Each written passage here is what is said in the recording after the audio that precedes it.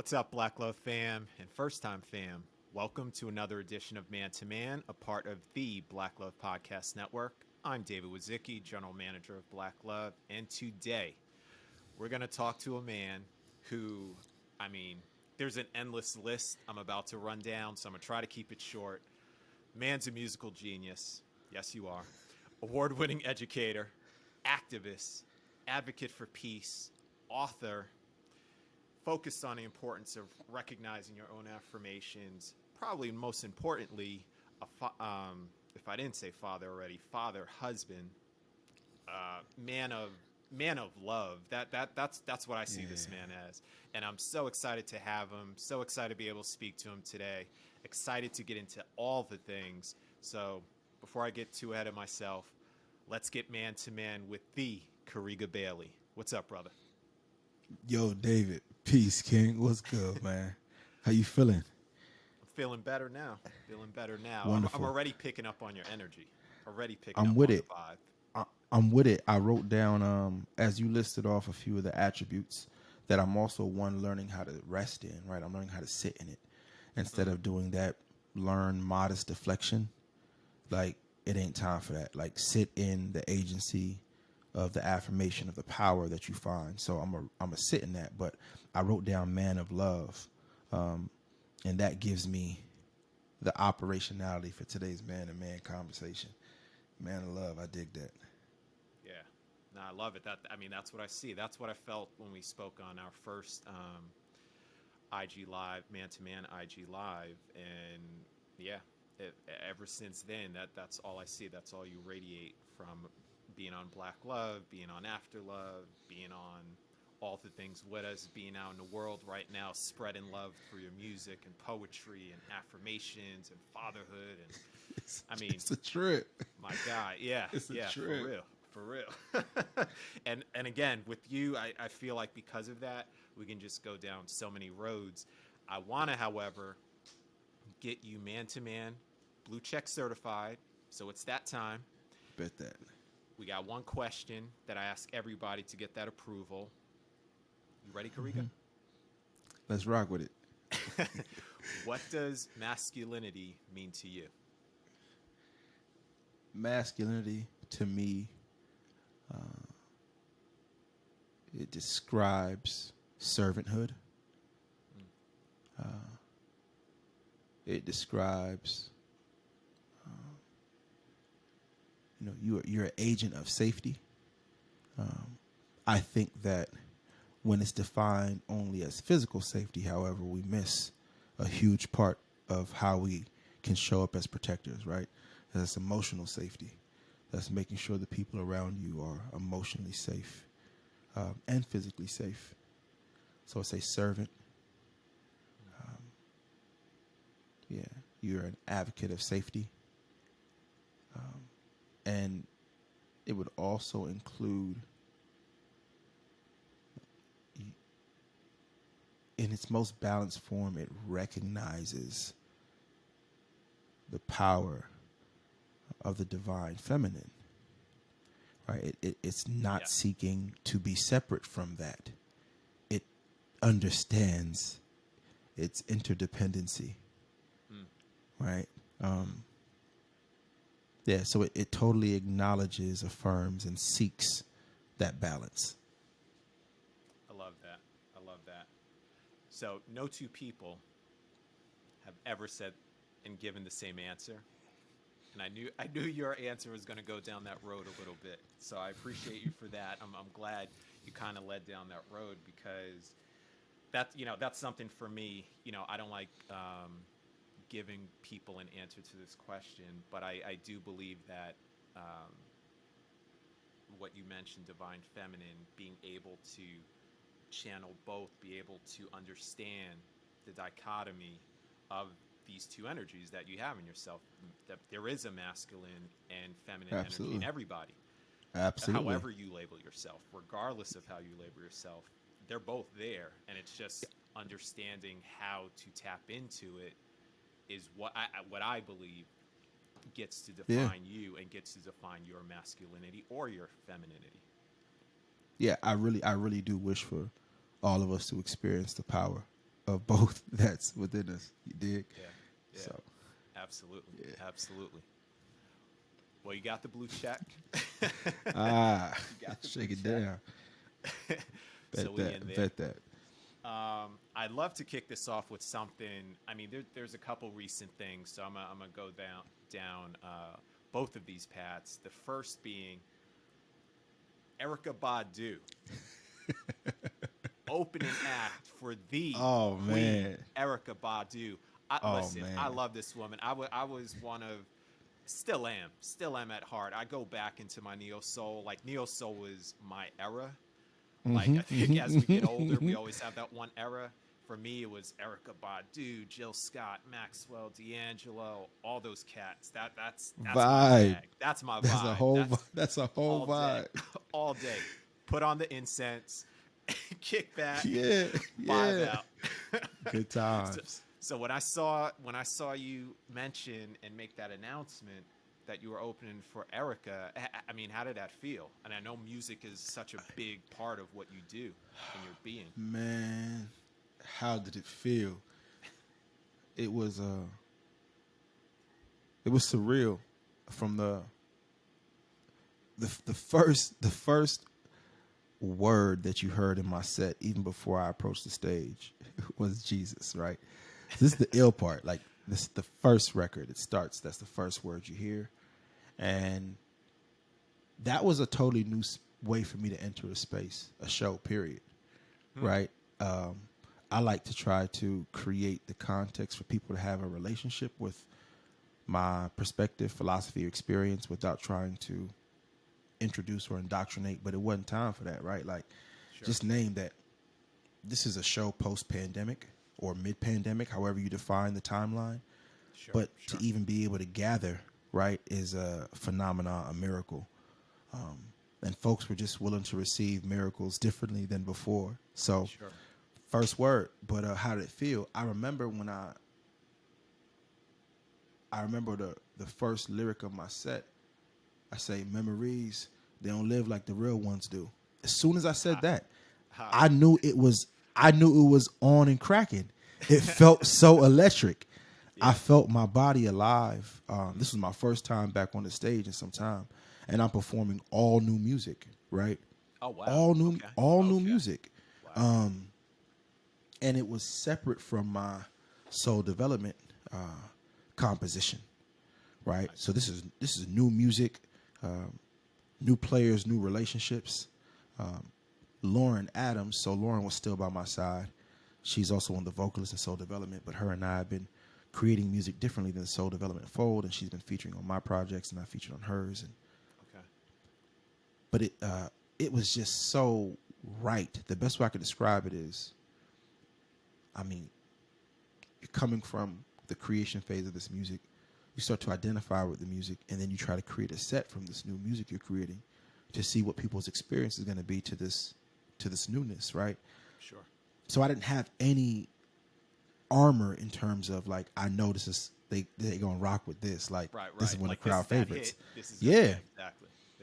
The only song they may have known was No Weapon, right, which came off of the Praise of an Angel Father album, the one I released after Kamayu was born. Yeah. So there's only one song that was out that I performed, and everything else was brand new, and they were feeling it. Yeah. I remember, bro. It was a trip because, you know, you doing crowd control, you engaging, you emceeing. Yeah. And I have massive crowd control, but I'm able to look into people's eyes, no matter where I'm looking in this full venue. I can make eye contact with people, and it's tripping me out because they're locked in. Yeah. And I remember looking at Lauren like, "Yo, this is a trip. Like, I can." Yeah. There are hearts being connected to. That set is about love. It's about empathy. It's about grief. I'm storytelling in a very curated way.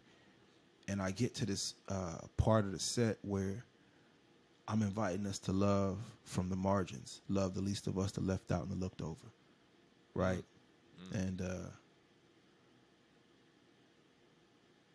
I'm looking at folks, and it's I'm making eye contact. People are touching their hearts. And I'm like, yo, Wow. they're feeling this. Yeah. And this is of all presentations. Yeah, it was just profound, bro. It was profound. Like I can still remember the feeling, the size, the sizzle, the LED screen behind me, right? Like this new curated experience as I'm standing as Kamayu and Kamali's father. Got a babysitter that night because I needed Felicia to come with me. I couldn't roll to no Badu show without Fee. You Yeah. crazy. Yeah. I mean, that And T-shirt, the T-shirt you're wearing speaks to it.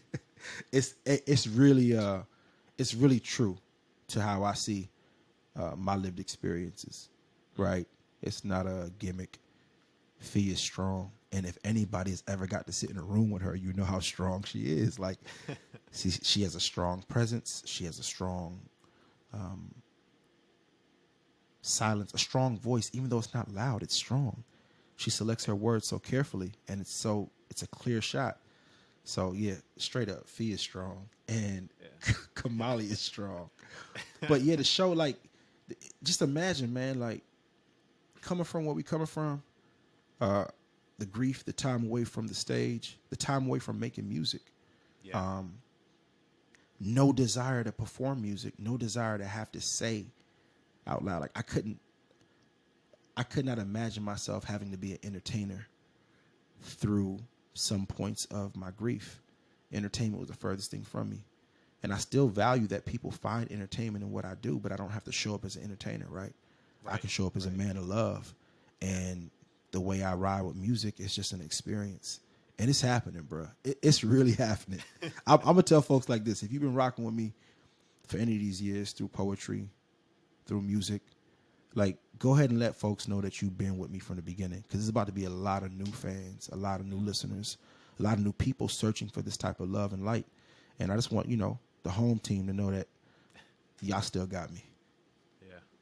That's beautiful. That's beautiful. Look, and through your music, you referencing Soul Development with Felicia, with your crew. I mean, that is essentially the safe space, right? Through your music, through all of these ensembles, as being able to speak to the issues. So what you just highlighted, where you said you didn't have to show up as an entertainer, you show up as Karega, man of love, and you're able to address these different issues. How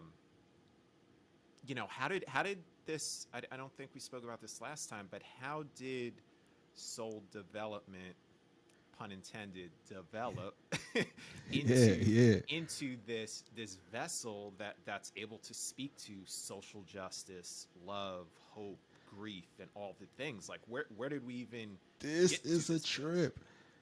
This is a trip.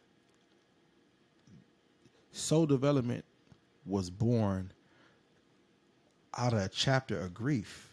Here's the illest part. I had a solo project.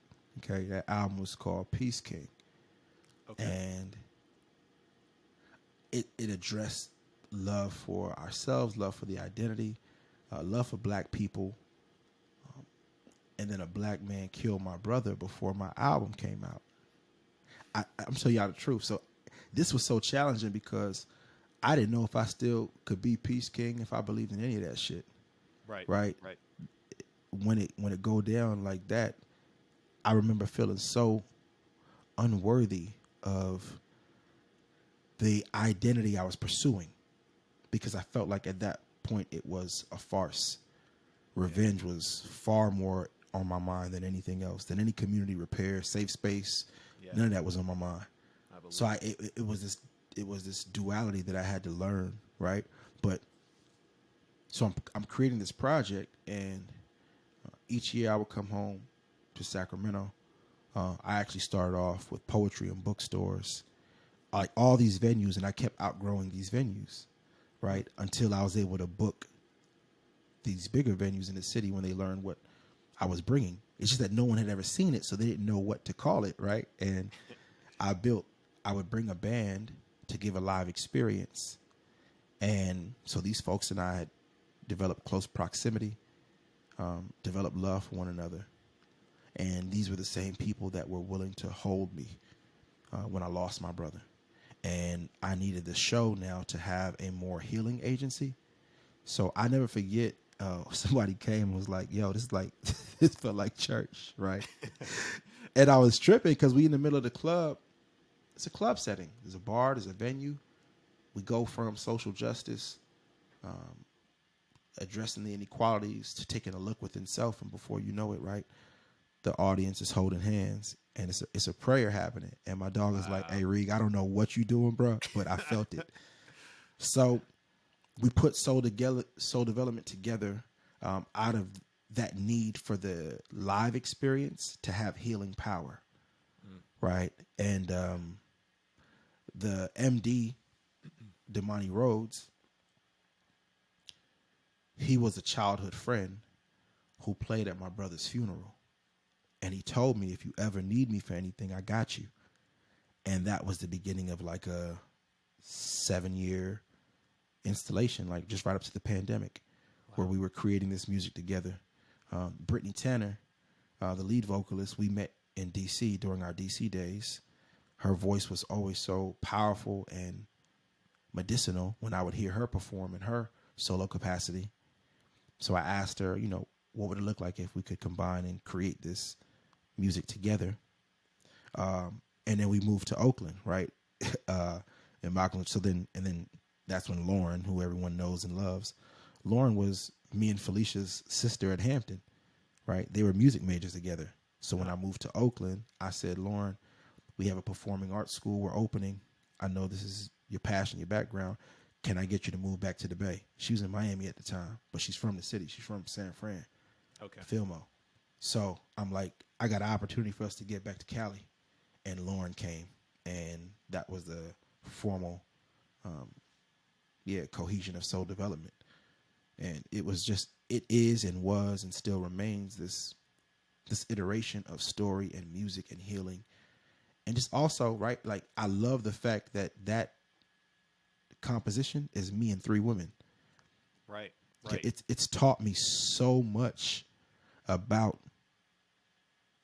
what you would call the world, the way the world shows up in the industry, what creates visibility, how to empower the voices of the women who stand beside me, who are around me, how to create that power and representation, how to be an MC in it all and let it all breathe and move.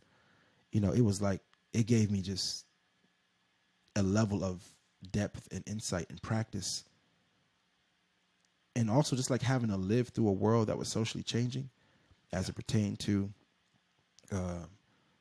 equity across all genders and presentations. So I was like a front row seat, being able to learn and see the way the world was shifting to include the voice of women, right? That was powerful. So we still rock, we still create.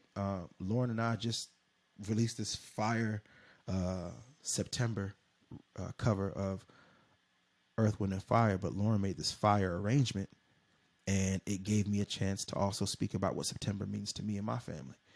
So we still create together in many different ways. It's dope, man. It really is. I mean, it sounds dope because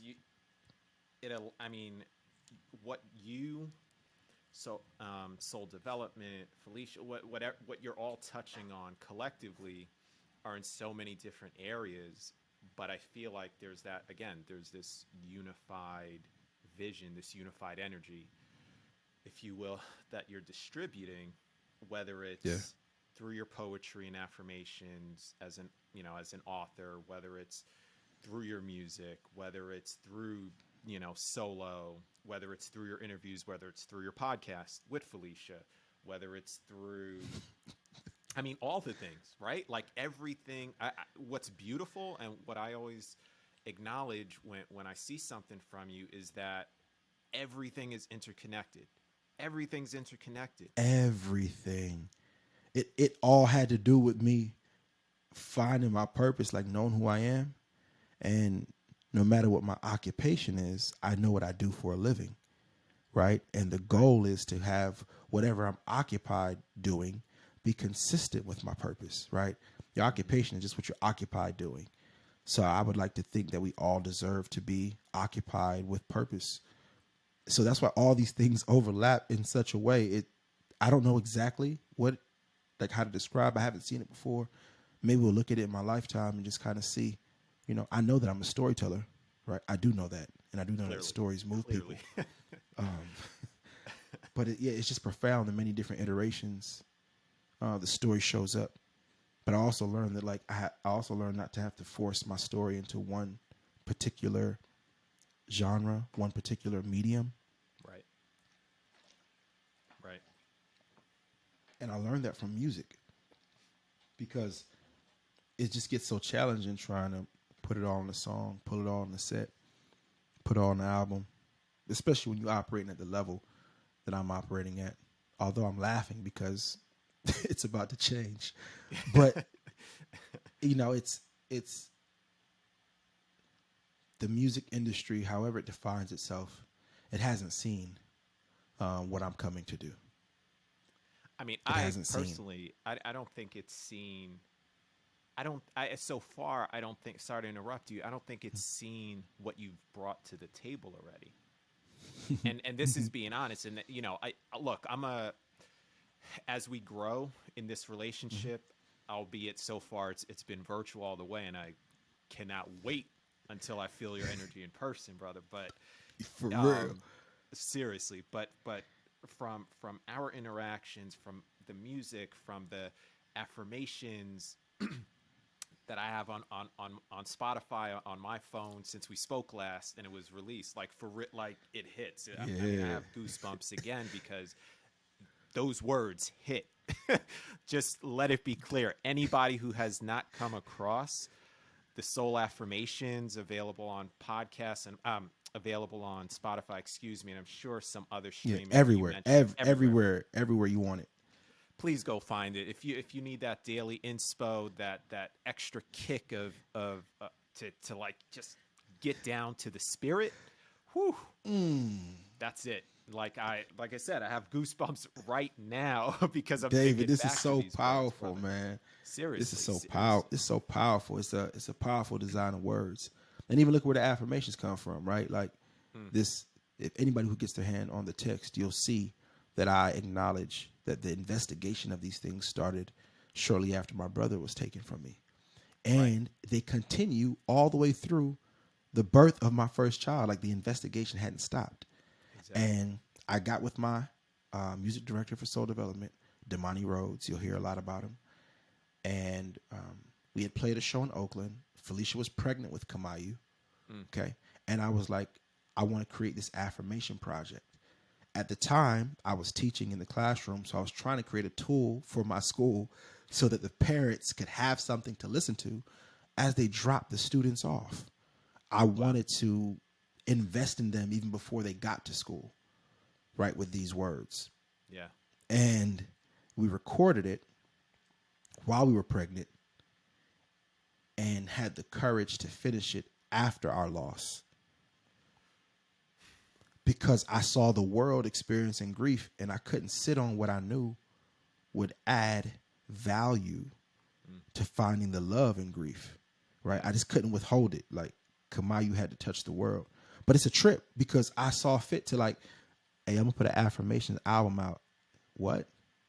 A what? Yeah, I can't not do it, right? Like let's create art in a new landscape, right? Let's tell stories in a new landscape. It's a powerful design of words. It's a trip because like Felicia often reads my text and I read her text. She wrote a SOL Affirmations for mothers who are investigating grief's process. Right. And although it's for mothers, I tell her all the time, yo, there's so much game on these pages that speak to humanity, not just around mother, father, or even parenthood. Just period. She put game on those pages. But I told you her voice is powerful. So her precision of words are so clear and so profound, right? I sometimes I want to run upstairs and be like, hey, look at this. But it's her book, right? But it's just that fire though. It really is. Yeah. So yeah, man, I think it's exciting to think about that. David, I want to give us some understanding really quickly. Yeah. As we talk about like this role in art and this role in music, and how I how I can so comfortably exist around the voice and leadership of women, mainly black women. But I'd be remiss if I didn't say how much I appreciate the space, man to man, and addressing more parts of Karega, the full being, the man, not just the person who knows how to blend and hold space for everybody, but hold space for myself and my experiences as a black man, right? My experiences in this country, contextualized as, the children of immigrants. There's a lot of nuances into how I see the world and how the world sees me. And my solo endeavors has really largely in part been supported by a collective, a family, a team called Grand National. Grand National is an ecosystem here in Oakland, the Bay Area, right? Okay. We span across, think of it like a creative community storytelling agency. Okay. So it includes, not just music, photo, film, just really powerful storytellers. But there was a community of brothers who were checking on me locally here in Oakland concerning my grief. There were artists that I knew, but our conversation had nothing to do with music for like a whole year. It was just like checking in on me and pulling up on me, coming to the backyard and seeing how I'm doing, going on bike rides with me. If I just look, the only way I can talk today is if I'm moving. So we got to go for a walk. We got to go for a bike ride. You got to go for a run. I can't tell you how I'm doing sitting still. I promise this. I can't articulate it right now. And the brothers would really pull up on me and spend time, right? Spend quality time. Something really fascinating. Before Felicia and I began to create the podcast with Black Love, people have been telling us, you guys should podcast, but we knew nothing about it, right? We knew nothing about that world, how it works. Sure. And one of my dear brothers, Monty Draper, who I know to have a podcast running it somewhere upward of 170 episodes, right? But he reminded me of me. If somebody I can identify with. So podcasts at that time, other people were doing it. I didn't see representation of people like me. Sure. So Monty was doing, I'm you had 170 episodes. Maybe I need to ask you a question how do you do this? What's the right way? Is there a wrong way? How do you tell the story? And after months of checking on me, phone calls, pulling up on me, spending time in the backyard, he brought by some podcast equipment to the house so Felicia and I could demo figuring out how to tell story. So he brought a whole podcast setup studio to our house in the living room because Felicia wasn't comfortable going in public yet. She still needed the safety of her home. So I had began making some journey outside the home, but Felicia was still very much in the home, wasn't ready to be seen, wasn't ready to interact with the public. Okay. So after she recognized that this brother was safety for me, I asked would it be okay if he came to help us learn how to podcast. So he brings his whole equipment and Felicia and I sit down to do our first demo episode. And he just has this very stoic look on his face. And he's like, I've never heard anything like this. This is beautiful. Just the way you guys do it, it's beautiful. Starting where you start, he said it's such a breath of fresh air because it doesn't sound like the packaging we're used to that we were told podcasts should sound like. So to have storytellers as clear as yourself tell your story where you start, I love it. That gave us the confidence to go forward. So Monty was also one of the first people to believe that we could essentially have a podcast, right? Then you have a dear brother of mine, Kevin Allen, who's a phenomenal artist as well. Also, Monty's a brilliant recording artist and producer, as is Kevin Allen. But Kevin Allen is a top-tier photographer.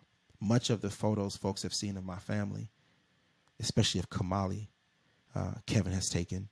He took some of the early photos of the pregnancy, he and Adrian Walker. But so he was like my documentarian, a brother in the neighborhood.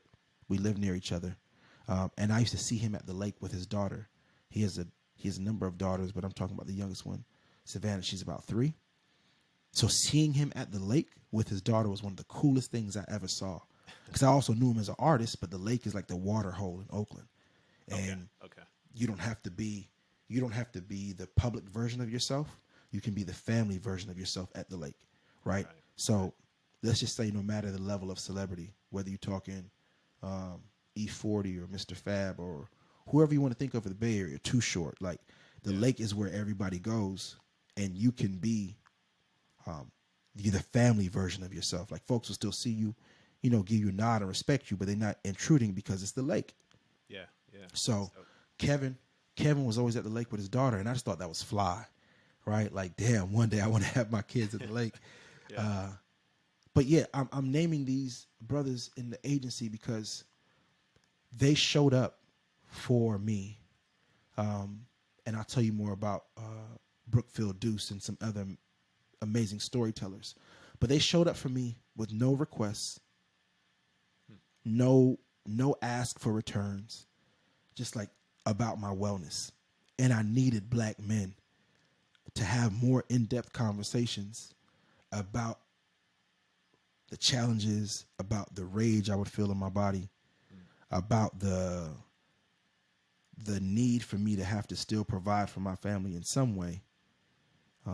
And I also just needed them so I could express my faith fully in a way that didn't dismiss my wife's feelings.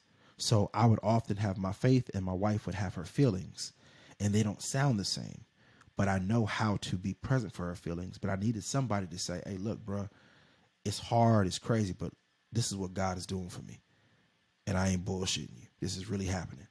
Right. So like what Phoebe maybe didn't see is that for me the idea of being a provider, especially in the case of my wife had a major surgery and a major loss, right? I didn't have a surgery. Right. So having to be a provider in some way. And when things change and employment change, me still being able to be like, yo, I know life is hard and I just took my biggest loss, but God is still providing for me because I know that that's supposed to be my job, right? So in the days that I'm not able to do it for myself, I'm still being provided for. And I just needed somebody to say, hey, this is happening. You dig? Yeah, my brothers would really pull up on me, and I got to go into some of the depths of my being, things that the public didn't have much conversation. You take the Black Love conversation, it was very, it was based on the reality of like my role to provide safety emotionally and otherwise for my wife. And the world loved a lot of maybe what they got, but there was more to Karega, right? And we heard some of it on After Love. Right. But there was more to me that begged to be asked, and these brothers did that. So big ups to my Grand National family. No, it's beautiful. Thank you for sharing that. And I just want to let me touch on something, a recent celebration that you had, because you're touching on Black Love Doc and then After Love, and essentially for those who don't know, if this is your first time experiencing Karega Bailey, I know it won't be your last now, but on top of that, just understanding, aside from the unfortunate incident with his brother, there's also the angel parent aspect, and you recently had a celebration for Kamayu, September. Mm-hmm. And before we got on, you were expressing you didn't know how would you get through it this year. I mean, I'm sure. Look, just this experience alone of being angel parents, the day to day, from my perspective, from my POV, outside looking in, is already challenging enough. And now we get to these birthdays and these, celebratory, or what should be celebratory. And I know in the grand scheme it is, but as, again, in the human experience, it's not always that easy to say, oh yeah, we're just going to, celebrate the life of, because there's so many emotions, experiences, and experiences for yourself, experiences for Felicia, experience collectively, experiences now as, dad to another Yeah. child. And Yes. I mean, please, if you can just touch upon this recent experience. Totally. I remember. So Kamayu was born September 30th. Okay. And it's a really unique time. Let me just say, we got the season changing. You got fall, whether folks feel any seasonal change or emotion change in the season. But October is Pregnancy and Infant Loss Awareness Month. So she's born September 30th, in October shapes this experience, shapes this narrative. We didn't know that right after she was born. Hell, I didn't know what day it was, for real. It was a blur for time. Sure. But she's born September 30th, and September 30th fell on a Thursday this year. And Monday, Felicia and I were in therapy, and it was just a really hard therapy session. It was like she's trying her hardest to say how she feels, but it's hard to articulate. The words are still locked up in her throat at the reality that she's having to approach year 2, but also that she doesn't have plans for year 2. So year 1, we had plans. There was almost nothing else we could even see ourselves doing. So we were just trying to get to something. And we had a documentary draft that was just coming out. It was just so much to like commemorate and understand. Well, year 2, there was a thought that we would know what to do because we did year 1, until you find out that like yesterday ain't today, right? And year 1 ain't year 2. So even though you thought you did well year 1, it does not provide reference for year 2. And Felicia's having a hard time experiencing that, especially she wants to make sure that she's present for Kamayu, but having to be parents to Kamali, right? Kamayu's younger sister, is one. She's so incredible. She's so incredible. She has a huge personality, way bigger than any of us thought was coming. And I say, like, at this age, they change like every 10 days. You get like a new little person. Yeah.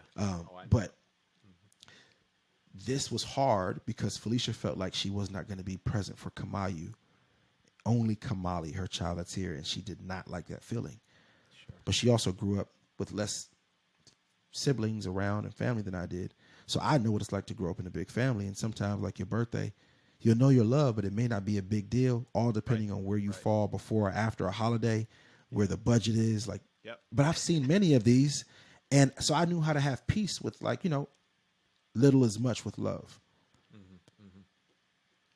But it was still hard. So I remember in that therapy session, I just said, I'm going to pray for miracles and wonders, because I also remember not knowing how to do year 1, but we did it. So I'm going to rest in that space where I don't know how to do it, but I know it will be done. And I'm going to record those miracles and wonders as evidence that the love is going to get us through. I called that out on Monday in therapy, right? Courageous call, because it didn't have a perfect resolve. And I wasn't trying to disregard Felicia. I just had to make some sense of it for myself. Miracles and wonders are what I asked for. I'll make this as quick as possible. I go for a walk Thursday. I'll go for a walk Wednesday. This is the day before her birthday. The emotions are thick. We don't have plans still. And that's hurting our feelings. Sure. I go for a walk with Kamali. Kamali and I usually do about 2 miles in the morning, and I get her back to her feeding. But my emotions were running high. I'm crying. So we do about 3.2 on the walk. On the last lap, not the lap, but I went further than I usually go. So I went around the pull-up bars. OG sees me and say, "Hey, man, ain't you that youngster from Black Love?" No lie, y'all. Right. And I'm like, "Yeah, man, that's me." He stopped what he was doing. He's like, "Listen, man, me and my wife probably been together longer than y'all been alive, man, but you just keep loving, man. You keep teaching." That was a powerful episode. I just want to say thank you. So I told him, "Thank you for speaking to me, because I prayed for miracles and wonders concerning my daughter's birthday, and her birthday's tomorrow, right?" And he like, "Oh, this right here, this is our new baby girl," because he doesn't follow on social media. I'm like, "This is Kamali," but Kamayu is her big sister. I dapped him up. I kept walking. Lauren calls me. I want to tell her about what just happened, but another elder is approaching me, and Kamali's starting to fuss, so I got to sit down on a bench. I sit down on a bench to hush her, and somebody looks over my shoulder, and he gives me like a thumbs up, right? His name was, I think it was Cesar, but he gives me a thumbs up. Then he comes to tell me he's proud of me and I'm doing a good job. And then he challenges me to do a better job every day for the rest of her life, right? Wow. Yeah. Whether that's with your money management, time management, he just gives me these lists of things, these targets that I can hit. We talk. He prays for me. He shows me this list of things that he's writing in his phone to like self-improvement. Okay. I go inside my diaper bag and I give him a copy of SOL Affirmations, right? He's like, wow, you're even coachable and teachable. That happens. So these are miracles and wonders are literally happening the day before her birthday. Felicia calls me. Yeah, Felicia calls me and says, where y'all at? Because we have an app. We have an app that tracks Kamali's feeding time, right? And I'm usually back by feeding time. And I'm like, well, she got a little fussy.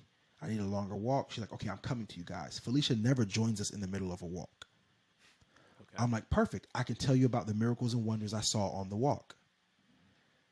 We proceed to take another 2 miles to talk because the emotions are running thick. Someone pulls over, almost like runs up the curve, like, oh my gosh, I follow y'all. Y'all are such an inspiration, right?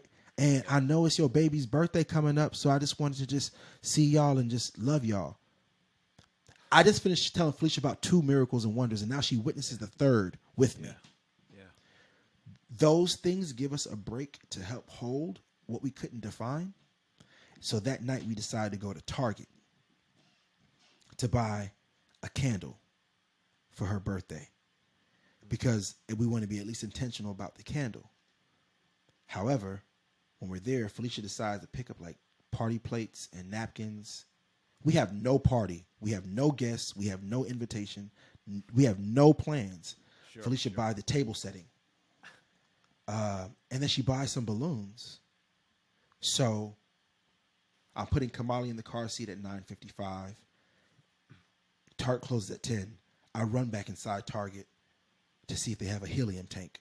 Why? I don't know, but get a helium tank. They had one left. I grab a helium tank. We get home that night. We set the table.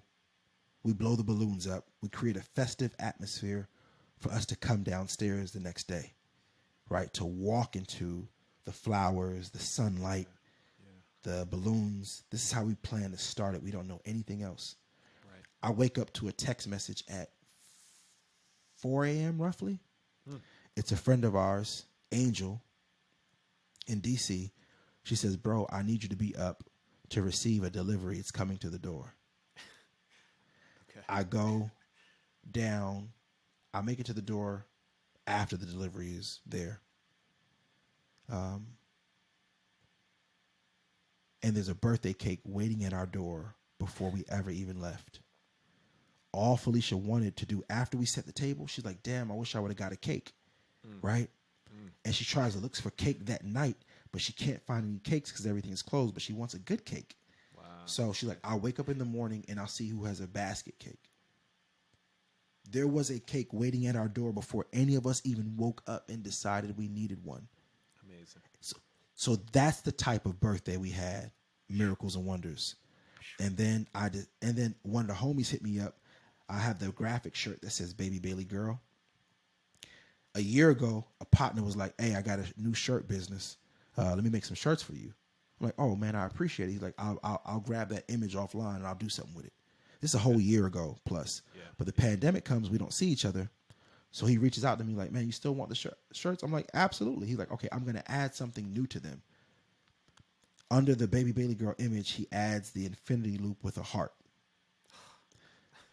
Felicia has been signing Kamayu's journal for the last 2 years with an infinity loop and a heart. And no one has ever seen a page of that journal. Stop. I'm the only person who's ever seen a page of that journal. This brother has never seen it before.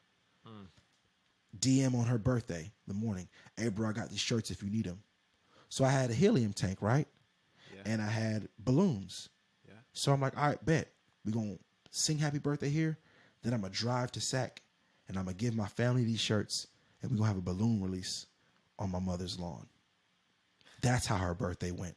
No plans to know how to get through it, and every single thing we needed was there. Every single thing. We weren't short of love.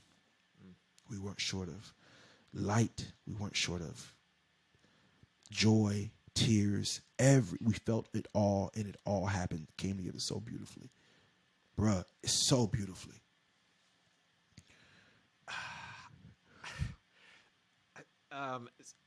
Listen, I think for the work you've done on yourself, family, for the love and energy that you bring to people through all of the experiences in all of the ways, to hear this story, I'm only going to say, well, I'm going to take back the word story. This is not a story. This is a testament to what you do, how you impact people, that you're going down the right path. But I'm trying to think of the phrase right now, but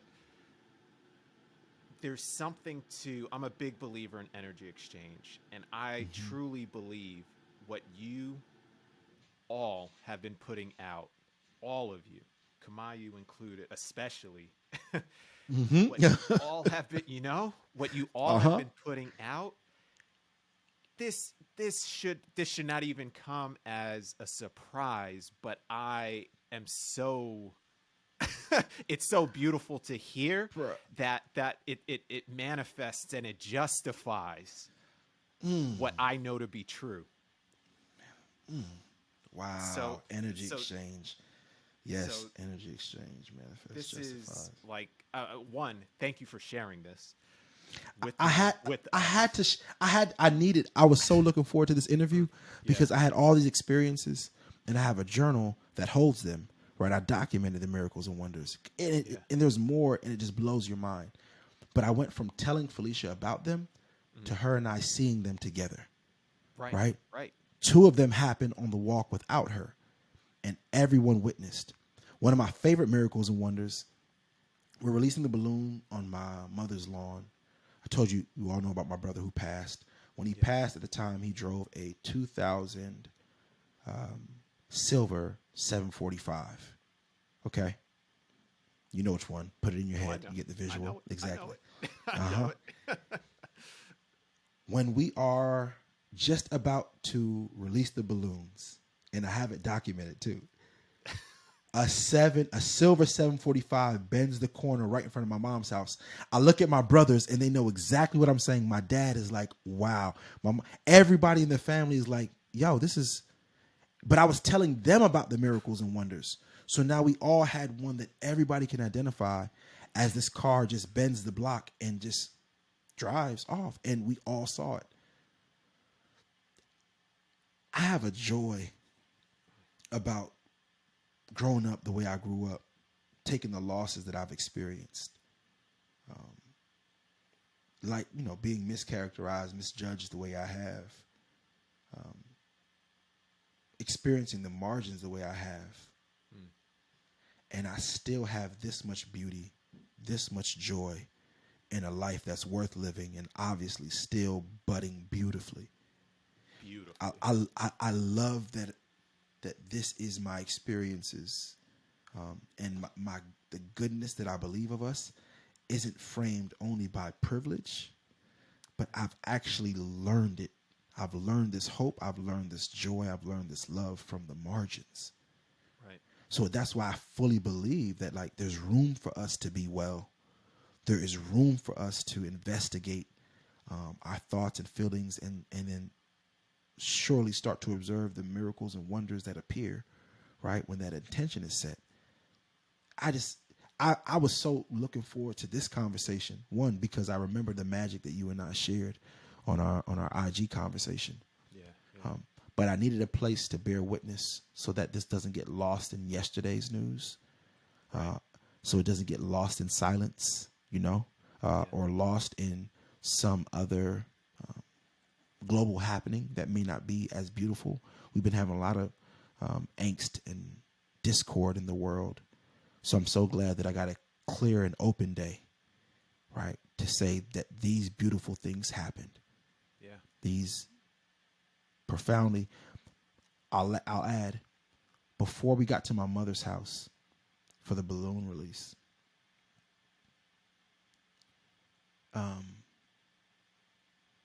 I learned that friends of mine in Sacramento experienced the loss of their 2-year-old to a very unique brain cancer. Okay. And I just want to say, Huey was profound. My brother saw videos of this 2-year-old reading books, right? Like reading several books, counting to 300. Wow. Just an absolutely gifted child. From what I've learned from the parents, this type of cancer only attacks those rapidly developing brains. There's a very few cases recorded. Their service was on October 1st. Okay.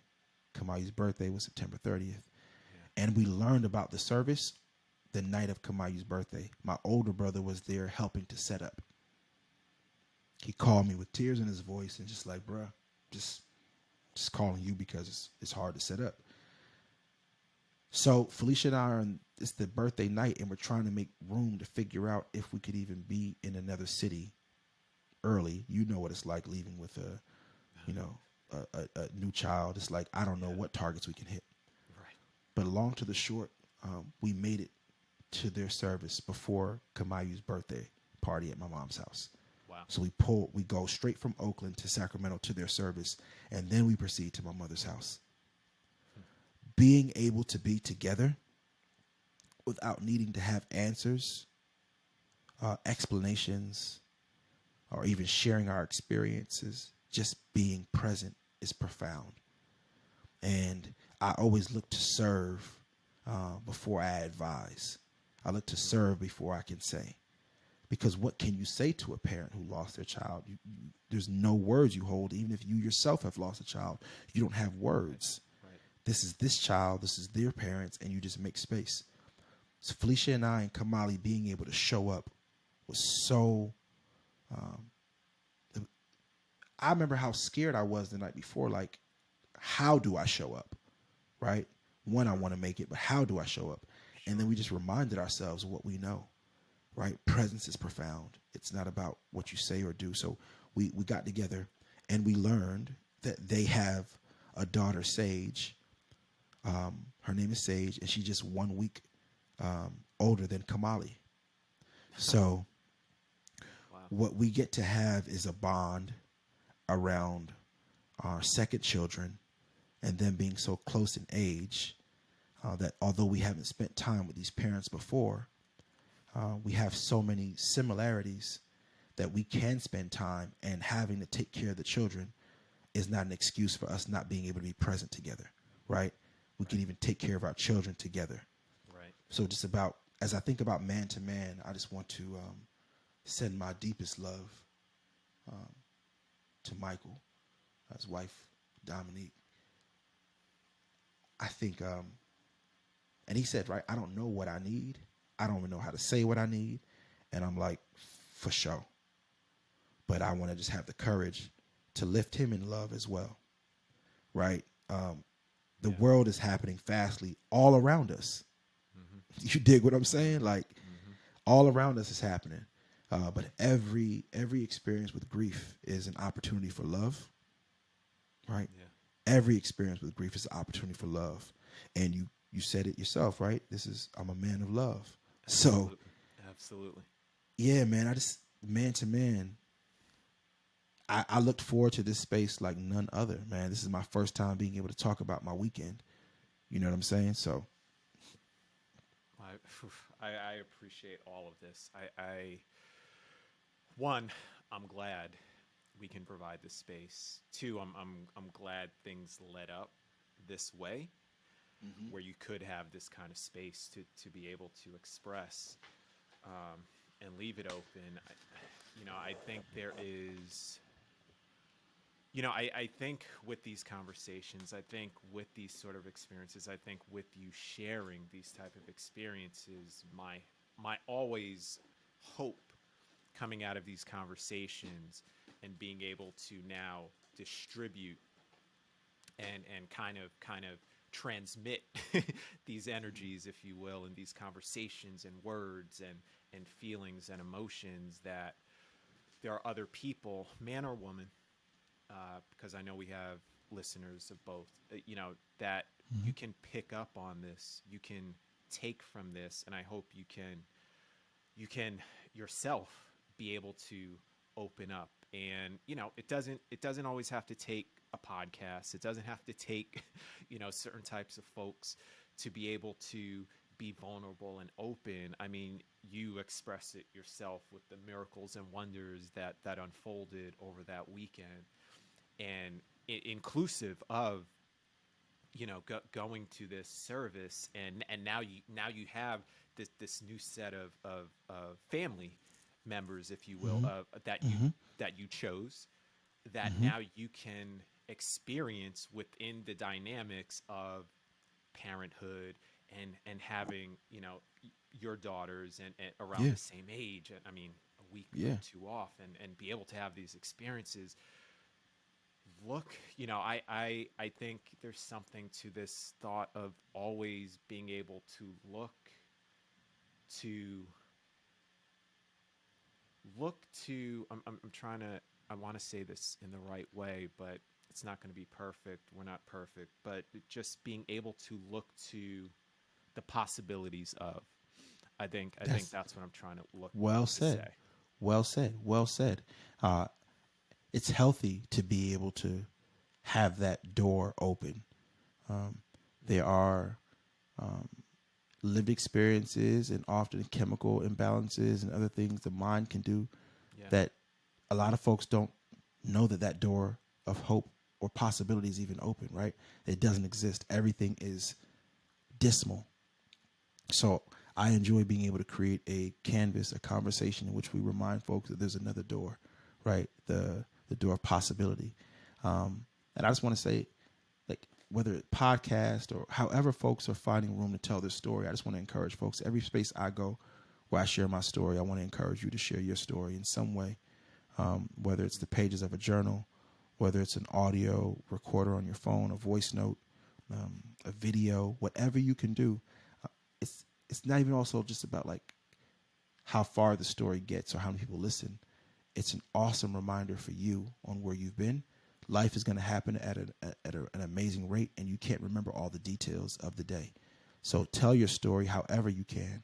I've learned so much about storytelling over these last couple years, and I've been able to work with some amazing storytellers, right? I mentioned Soul Development. I mentioned Grand National. I talked about Monty Draper, Kevin Allen. I also want to list Brookfield Deuce, who these are all great writers and recorders, but everybody's also willing to play another role. And Deuce was the director for the No Weapon video, right? And I remember him getting here earlier than anybody, even before I was ready. And he was just here to serve, right? He helped me in such an amazing way. I've never had a video shoot where I was that comfortable.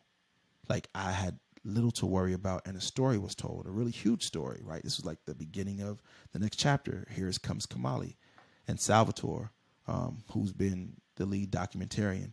Before we share, I also just want to let you get a look at this real quick, David, because we've been telling stories for a minute, and this right here is an Emmy for get this. This is for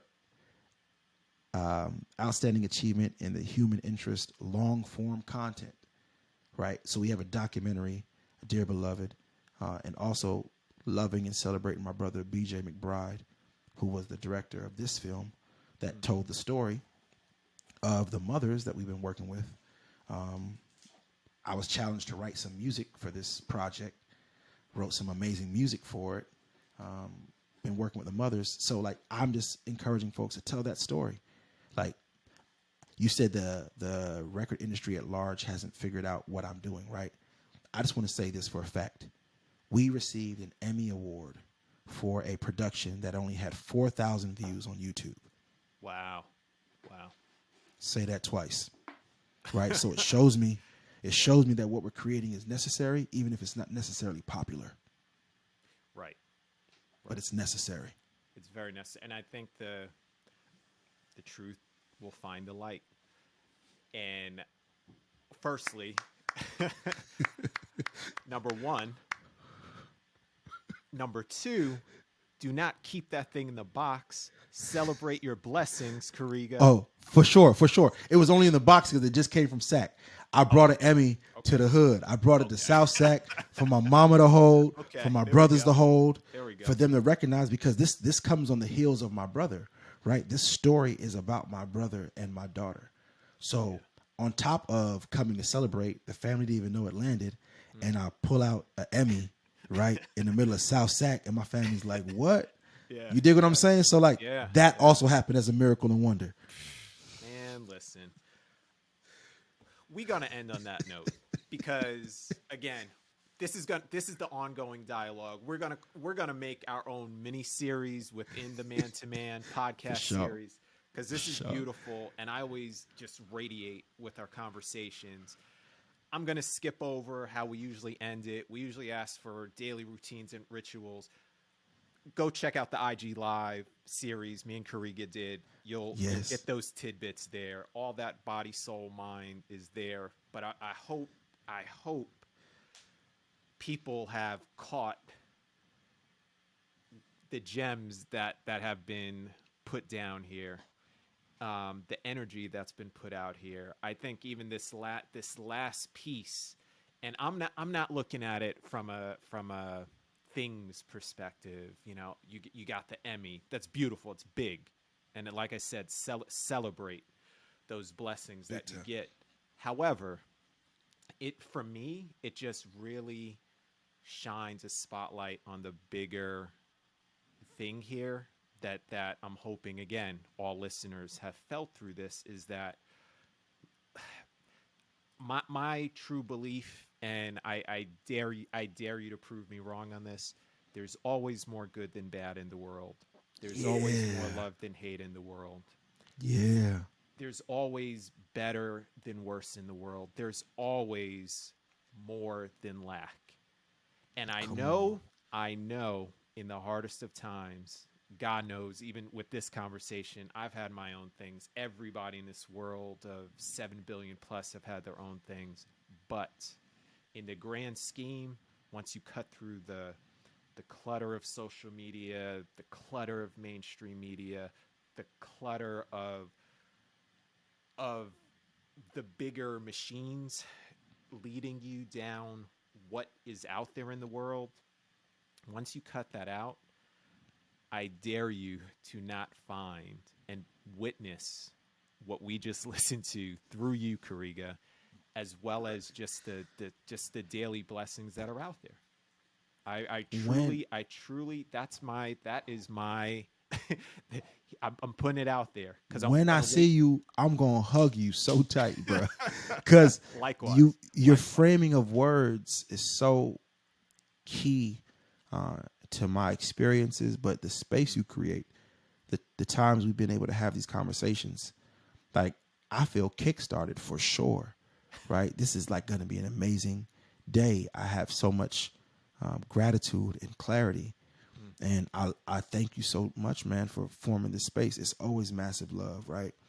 But you doing this and us having this conversation today is flame emoji, flame emoji, flame emoji, flame emoji. You know what I'm saying? Like, I really appreciate this, man. This is beautiful. Absolutely, Karega. Look, we're going to do it again. Like I said, this is a mini series. I'm going to figure out a clever name, and we're just going to go. And we're just going to go, and we're just going to go. And we're going to keep spreading the positivity. We're going to keep spreading this beautiful energy because it's so necessary, and it's there. And it's there. Like I said, kick through the clutter, and it's all there. And we are all go ahead. I want to give you and the listeners something to find. Please, really quickly. Please. We talked about that Emmy. You can go on YouTube and find it. Look at the documentary Dear Beloved. Okay? Dear Beloved is the name of the documentary, and type in SOL Development, SOL Development. You'll find a documentary, and you'll also find an album called Dear Beloved that we put out. When did we release that? Soul Development must have been like maybe like December of 2020, I think, maybe, or November. I can't remember, but it's recent. And like just go get filled up. This 3-track project is gonna fill you up. And also enjoy the film. Check out, what got us this honor. Yeah, absolutely. Karega, Big as love. always, it's always a pleasure. Always a pleasure. Thank you, brother, for Always, going brother. man to man with me today. Oh, man. Massive love. Is there anything else you want to share before I do my little wrap up? Is there anything else I want to share? Because I know there's a lot of projects. There's certain things you but can mention. There's there's things. not is there an update for a project? Really, I'm just inviting everybody, man or woman, to get their hands on Felicia's copy of SOL Affirmations, a toolkit for mothers investigating grief's process. As it is pregnancy and infant loss awareness month. I just think men have a whole lot of agency to create awareness in this space. Yes. And whether you and your partner have experienced it or not, we can hold space, man, for that love. We can hold space with that empathy. So I'm just encouraging folks to take a look at that book. You can find it by, you can really head to my Instagram. The link is in there. Head to Felicia's. The link is in there. But it's a really powerful framing and tool of words. And I'm just looking forward to celebrating her this month. Beautiful, beautiful. And you can follow Karega at Karega Bailey on IG. Soul Development. You're out there too. SOL Development Source on of light. IG. Yeah. This is huge, man. Thank you. Thank you. I hope folks feel it today. They didn't just get a podcast production. They got a conversation between two souls that really have a deep love and acknowledgement for one another. Just like many of us in the pandemic who have not been able to physically hold space, David and I haven't yet. But you can't tell us that we're not connected for a larger work, a larger purpose, man. So I'm grateful. Thank you so much. Likewise, brother. And we'll do it again. For sure that. And in the meantime, folks, make sure to tell another brother, king or queen, about Man to Man so we can keep these real conversations going and keep building each other up. And if there's someone else you want to listen to on Man to Man, connect with me on Instagram at WASICKI